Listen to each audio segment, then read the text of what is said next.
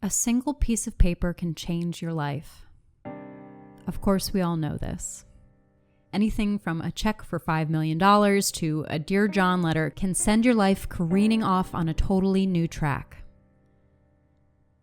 We sort of accept that in our day-to-day lives, like we accept the fact that all of our hopes and dreams might be snuffed out in an instant by a bus driver who's checking his cell phone. But we trust that it probably won't happen to us. I lived with that assumption until it actually did happen to me. It wasn't a check or a breakup note or a doctor's email, and I certainly wasn't hit by a bus, thank God. For me, oddly enough, it was a journal entry from someone who died over 100 years ago in a town I was visiting for a job interview. And I've spent the last 4 months reorienting my life around that old photocopied piece of paper that I idly picked up on a late spring afternoon. My name is Lee Mitchell, and the town I was visiting is called Weeping Cedars.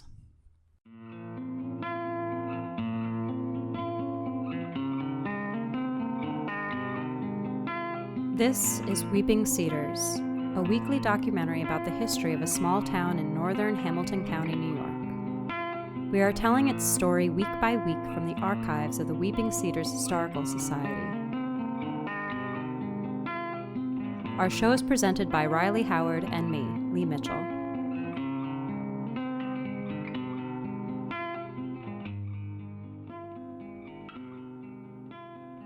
I want you to imagine going to bed in your home on a warm June evening. It's quiet. Somewhere in the distance you can hear the faintest sound of a river running. Nightbirds are maybe cawing off somewhere. The days are getting longer, lightning bugs are appearing, and your small northern New York State town is discussing whether or not to start bringing in electricity. The gas lamps that light the street are on, and you fall asleep with the hope of an industrious tomorrow.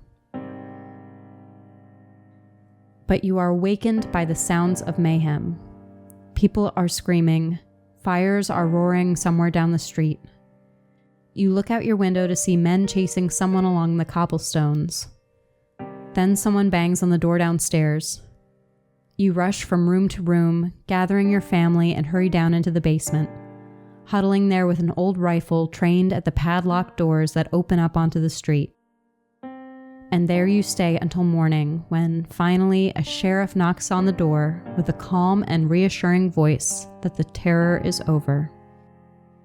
You come out to discover that dozens have been wounded, 15 killed, and several buildings burned. And then you have to figure out how to put it all back together again and start feeling safe in your little town.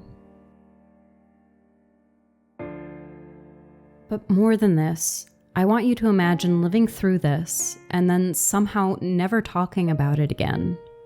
You never bring it up, never write about it, and never remind your children or teach your grandchildren about it. You forget. And it's not just you. It's your whole town. Your whole town forgets. Or at least it mostly forgets.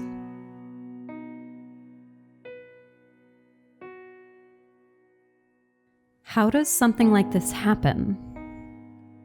Before I go further into that question, I want to circle back to how I ended up opening that folder and reading the journal that set me on this path. Now, everyone remembers their first time. At least that's how the saying goes. My first time was in a new media class during my junior year at Willows Creek College in New Hampshire. My professor, who had the unlikely name of Elka Williams, gave us the assignment to do a 3-part audio documentary about our hometowns. I wondered why anyone would want to hear a 1-part documentary about Blue Valley, Arizona, where I spent my formative years, let alone a trilogy. It was basically a paved road with a convenience store, a liquor store, and a lot of half-used homes filled with half-used lives just off I-19. I went to my professor to tell her this, and she insisted that there were stories to tell even in Blue Valley, and that I might be very surprised. I had my doubts, of course. I was a college junior, running along through my coursework with the easy stride I had finally found during my sophomore year, and I knew what I wanted to do. Now, our dreams are sometimes so obviously ridiculous that we can't see them for what they are because they're ours. Doing the project gave me the perspective that I so badly needed on my dreams. What were those dreams? Well, I wanted to take all of my gender studies and history knowledge and revolutionize what it meant to be an influencer. Yep, I wanted to change what it meant to influence people through social media. And honestly, I thought that this was the best thing I could do for myself with my degree. I wanted to show people something they had never seen before. A synthesis of each kind of social media brought together around one person who defied all existing paradigms. I wanted to revolutionize thought around gender and identity by using Twitter, Instagram, and Facebook in some new, undefined way. But then I had my first time. I made a documentary. I told other people's stories. And it changed me. I think it changed me permanently. My documentary wasn't very good, of course. Your first time is almost never actually good. But it put me on a path that has strangely led me here to doing this show. How? Well, it started with a friend named Javier who had a friend named Riley. So I have a friend named Javier. That, by the way, is Riley Howard, but many of you who are listening already know her. She's been a Weeping Cedars resident most of her life. My friend Javier used to play in a band. Now he works as a computer programmer, which makes a lot of sense if you know Javier. But when he was playing bass, his band would sometimes get work at colleges. Mostly they played in Shale Pond at Condorcet College, but now and then they would get a gig out in Connecticut, New Hampshire, or Massachusetts. Sometimes they'd make a weekend out of it, and some friends would come along. There was one year when Javier's band, the Rambling Ribbits, a name I never understood, did maybe a half a dozen shows at Willows Creek College. The same person came to every show, and Javier made friends with them. They got to talking, and one day before he left for the show, he suggested I come along to meet this new friend of his. So, having just broken up with my boyfriend and having no plans for the weekend, I packed a few things in a bag and headed off with the band. And that's where I met Lee. We became friends right away. We bonded over our mutual love of history and music. We hung out only 4 or 5 times that year, but the ties were made and we kept in touch pretty much every week after. At least at first. But we all know how life is, and things slip away. So soon we kept in touch every 2 weeks, then every month, then every 2 months, and then, well, we just lost touch. That was toward the beginning of the spring semester of my senior year.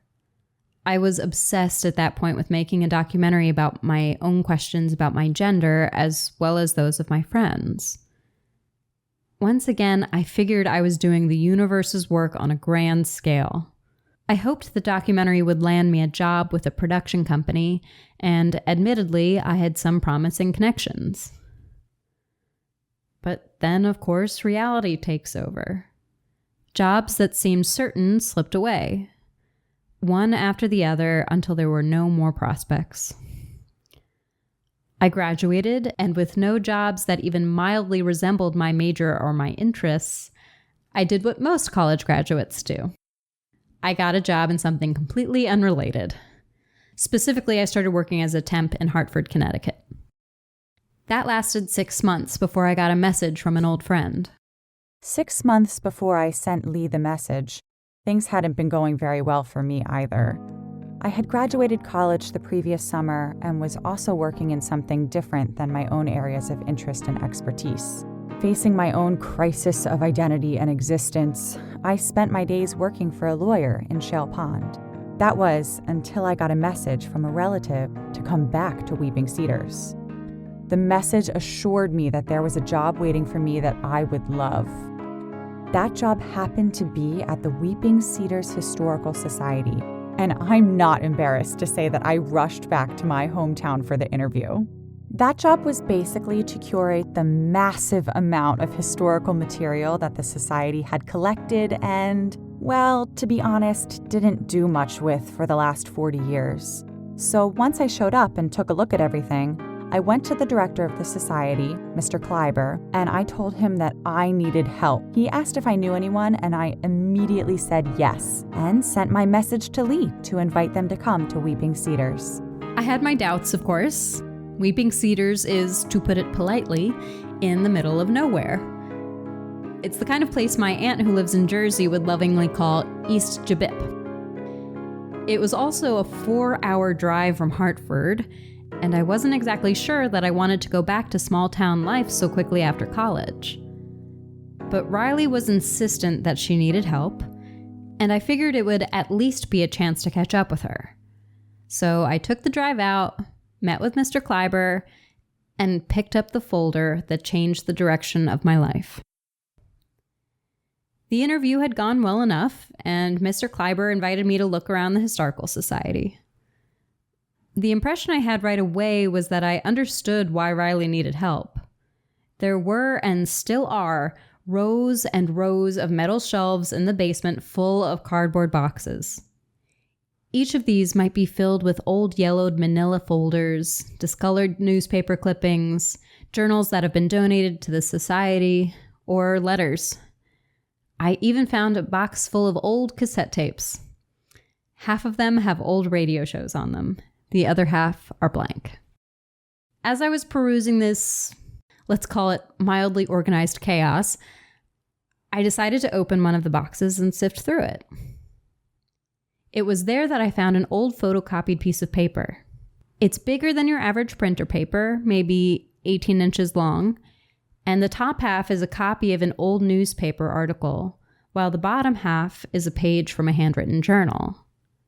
The headline shocked me. Under the banner of the Weeping Cedars Daily, I read, 15 dead in night of violence. My first thought was that the local paper was reporting on something that had happened in New York City or maybe Boston. But as I read, I realized that the night of inexplicable violence took place in the very town I was visiting for my interview. The news article outlined the details of the night of horror on June 9th, 1887. But it was the photocopied journal that made up my mind for me. This is that journal entry. I woke again last night from the same dream, the sound of wolves fading as I struggled to consciousness. In the dream, I am running through the streets, and there is something heavy in my hands. It's my father's axe. I don't remember picking it up that night, and in the dream, I'm already carrying it. I run, and my way is lit by fires. People scurry around me, but they are faded and gray. There is only one who shines with the vibrance of the waking world. I see her, my dear cousin Elizabeth. She is young and so fair that even the expansive fear upon her face cannot steal away her beauty. For just a moment, that fear is assuaged when she sees me. But as I rush toward her, a monumental terror distorts that face that I have loved for 16 years. In the dream, as on that night, my love for her is buried under the knowledge that she is my jailer and I must be free. I cannot bear to write what comes next, what came next. But as I ended that life so dear to me, a feeling of such exultant joy overwhelmed me that I fear no pleasure in this life or the next could ever compare. And so I felt myself free. And so I feel myself free each night in the dream. It is unbearable. I am bound and caged by this diabolical surge of freedom night after night. Will it never stop?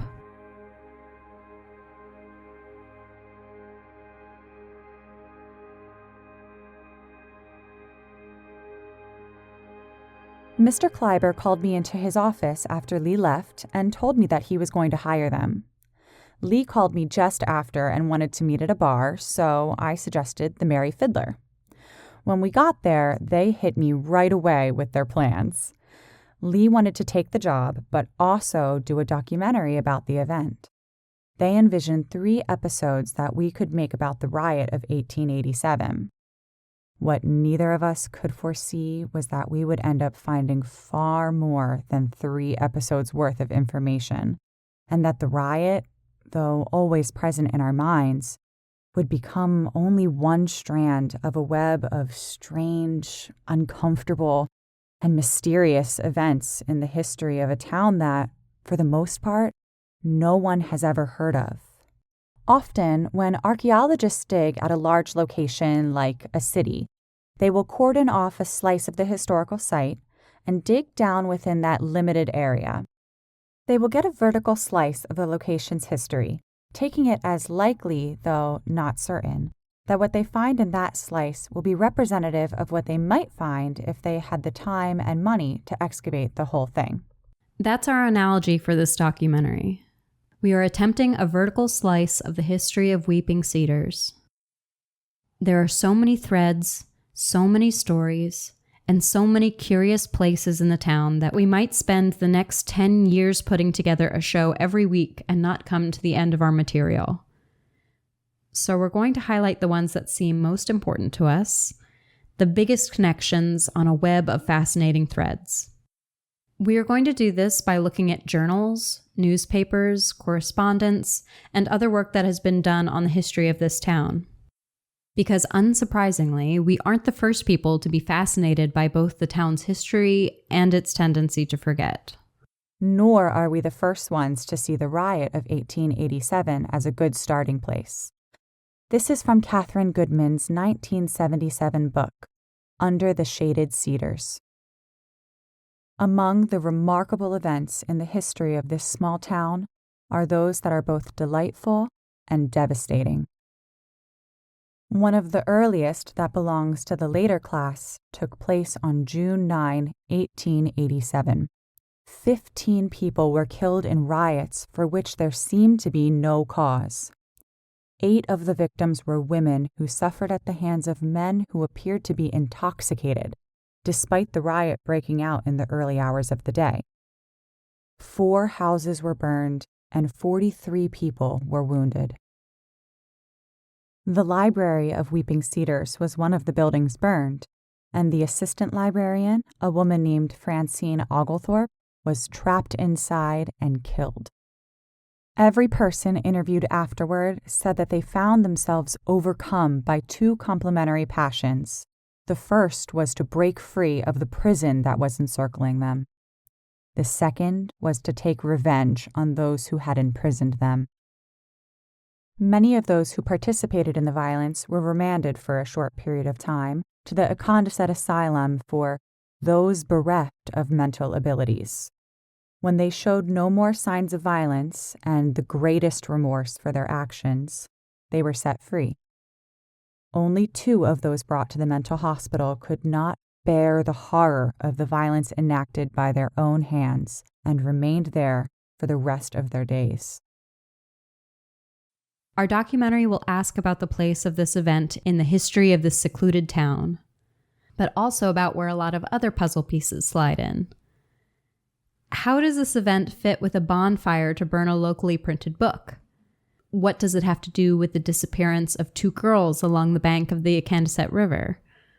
Or with a young woman who was left at the altar? Or with what might have been here before the town was founded? The web spreads farther than we can see, even after 4 months of dedicated research, and we'll be learning as we go. I'm sure we'll make mistakes along the way, but we are going to try to get this out to you in as timely a manner as possible. As a last note, when we started to do the research for this first episode, We wanted to provide as much information as we could about the inciting event, the riot in 1887. So we looked through the newspapers for the next 3 months after the event. And the thing we found was nothing. There was not one follow-up article, no explanation for what happened, no listing of funeral services that mentioned the event, not even a line in an obituary that mentioned that the person was killed in a night of senseless violence. Instead, there was only silence. I don't need to say how incredibly strange this is. And, as hard as it is to believe, that isn't the strangest thing we came across. But more on that next week. We'd like to say thank you to our partners at the All Ports Open Network, who have kindly offered to host our podcast and take care of some of the technical issues for us. You can find them at allportsopen.com. If you'd like to reach out to us, you can do so on Twitter at Weeping Cedars and by email at historicalsociety@weepingcedars.com. Next week, we will be talking to Professor Harvey Larson from Icondeset College about the history of the area and its ability to forget.